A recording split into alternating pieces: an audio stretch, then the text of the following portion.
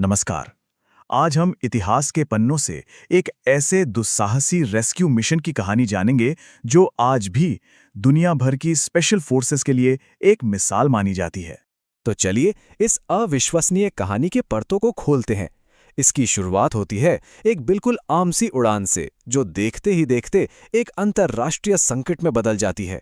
तारीख थी 27 जून 1976। Air France की फ्लाइट 139 ने तेल अवीव से पेरिस के लिए उड़ान भरी। प्लेन में बैठे यात्रियों को इस बात का जरा भी अंदाजा नहीं था कि ये सफर उनकी मंजिल तक कभी पहुंचेगा ही नहीं। तो एथेंस में एक स्टॉपओवर होता है और यहीं से कहानी में एक खतरनाक मोड़ आता है।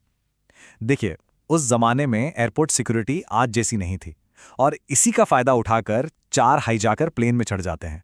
इनमें से 2 थे PFLP-EO के, मतलब popular front for the liberation of Palestine, और 2 थे जर्मनी के एक left wing terrorist group revolutionary cells के।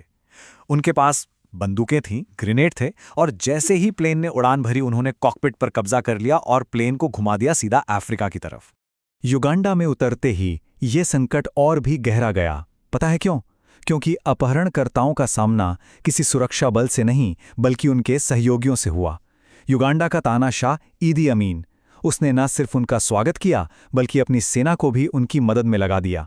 और तो और यहाँ 3 और आतंकवादी उनसे आ मिले, जिससे उनकी ताकत और भी बढ़ गई।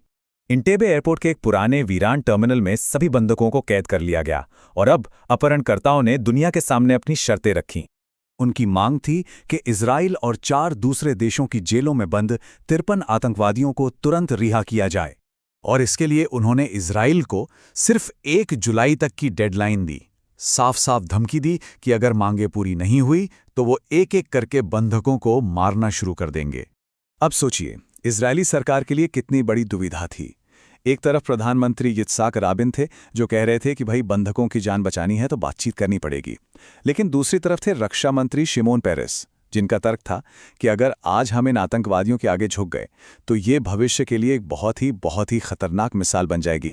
इसी बहस के बीच अपहरणकर्ताओं ने एक ऐसा फैसला लिया जो उन्हें लगा कि उनकी ताकत दिखाएगा, लेकिन असल में वो उनकी सबसे बड़ी भूल साबित हुआ। उन्होंने क्या किया कि 100 से ज्यादा गैर इजरायली बंधकों को रिहा कर दिया। अब समय तेजी से बीत रहा था, तो एक तरफ तो बातचीत का नाटक चल रहा था, लेकिन पर्दे के पीछे इजरायली खुफिया एजेंसी मोसाद और सेना एक ऐसे रेस्क्यू मिशन की प्लानिंग कर रही थी जो सुनने में बिल्कुल नामुमकिन लग रहा था। और यहीं पर इजरायली खुफिया तंत्र की असली प्रतिभा सामने आई। जो बंधक रिहा होकर आए थे, उनसे हर छोटी बड़ी जानकारी निकाली गई, जैसे कि आतंकवादी कहाँ खड़े होते हैं, उनके पास कितने हथियार हैं, हर एक चीज। और कमाल की बात ये पता चली कि वो टर्मिनल एक इजरायली कंपनी ने ही बनाया था, जिससे उन्हें उसके असली ब्लूप्रिंट्स भी मिल गए। इस पूरे प्लान का सबसे अहम हिस्सा था धोखा। आइडिया ये था कि एक काली मर्सिडीज गाड़ी, जो हूबहू ईदी अमीन की गाड़ी जैसी दिखती थी, उसके साथ कमांडोज एयरपोर्ट पे उतरें। इससे युगांडा के सैनिकों को लगेगा कि उनका राष्ट्रपति आ रहा है और वो बिना किसी रोक टोक के सीधा टर्मिनल के दरवाजे तक पहुंच जाएंगे। डिप्लोमेसी के जरिए इजराइल ने डेडलाइन को 4 जुलाई तक बढ़वा लिया। अब उनके पास इस मिशन को अंजाम देने के लिए कुछ और कीमती घंटे थे। 3 जुलाई की रात 4 C-130 हर्क्यूलीज ट्रांसपोर्ट प्लेन ने इजराइल से उड़ान भरी। ये विमान 7 घंटे से ज्यादा समय तक कई दुश्मन देशों के रडार से बचते हुए खामोशी से युगांडा की ओर बढ़ते रहे। रात के घने अंधेरे में पहला विमान एंटेबे की हवाई पट्टी पर उतरा। उसका कार्गो दरवाजा उतरने से पहले ही खुल चुका था और अंदर से वो नकली काफिला बाहर निकलने के लिए पूरी तरह तैयार था। इस ऑपरेशन की रफ्तार हैरान करने वाली थी। जमीन पर उतरने से लेकर सभी बंधकों को सुरक्षित करके वापस उड़ान भरने तक पूरा मिशन सिर्फ 53 मिनट में खत्म हो गया। ये मिशन एक बहुत बड़ी जबरदस्त कामयाबी थी, लेकिन इसकी एक कीमत भी चुकानी पड़ी। एक्शन के दौरान 3 बंधक मारे गए। एक चौथी बंधक, जिन्हें पहले अस्पताल में भर्ती कराया गया था, उन्हें बाद में ईदी अमीन के आदेश पर मार दिया गया।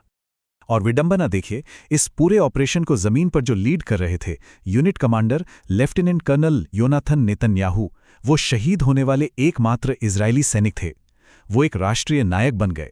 उनका छोटा भाई बेंजामिन आगे चलकर इजराइल का प्रधानमंत्री बना। तो देखिए 4000 किलोमीटर का फासला, एकदम पिन पॉइंट इंटेलिजेंस और जबरदस्त हिम्मत, इन सब चीजों ने मिलकर ऑपरेशन एंटेबे को इतिहास के पन्नों में हमेशा के लिए दर्ज कर दिया। लेकिन ये अपने पीछे एक बड़ा सवाल छोड़ जाता है। क्या आज के इस हाईटेक जमाने में, जहां हर तरफ सैटेलाइट है, निगरानी है, क्या ऐसा कोई ऑपरेशन दोहराया जाना मुमकिन है? सोचने वाली बात है।